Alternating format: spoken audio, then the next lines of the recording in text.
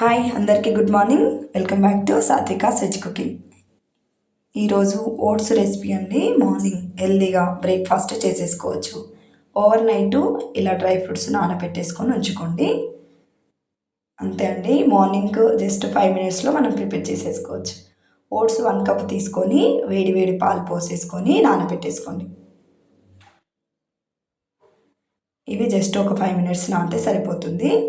ఇప్పుడు బాదం ఉంది కదా, దానిపైన పొట్టు తీసేసుకోవాలి.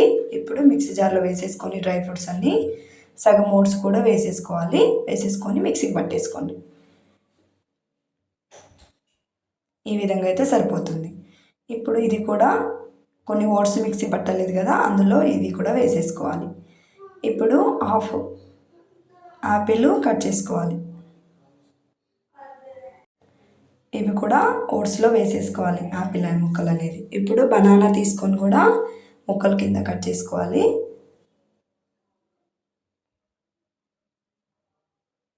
ఇవి కూడా ఓట్స్లో వేసేసుకోవాలి.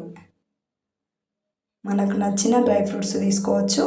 యాపిల్, బనానా, ఇంకా పైనకి వెళ్ళి మనం డ్రై ఫ్రూట్స్ కూడా వేసేసుకుంటే సరిపోతుంది. నేను బ్లాక్ గ్రేప్స్ వేసేసుకున్నాను. ఇది వీక్లీ ఒక 2 టైమ్స్ తీసుకున్నా సరిపోతుంది. పైనకి వెళ్ళి 1 స్పూన్ హనీ కూడా వేసేసుకున్నాను. అంతే అండి.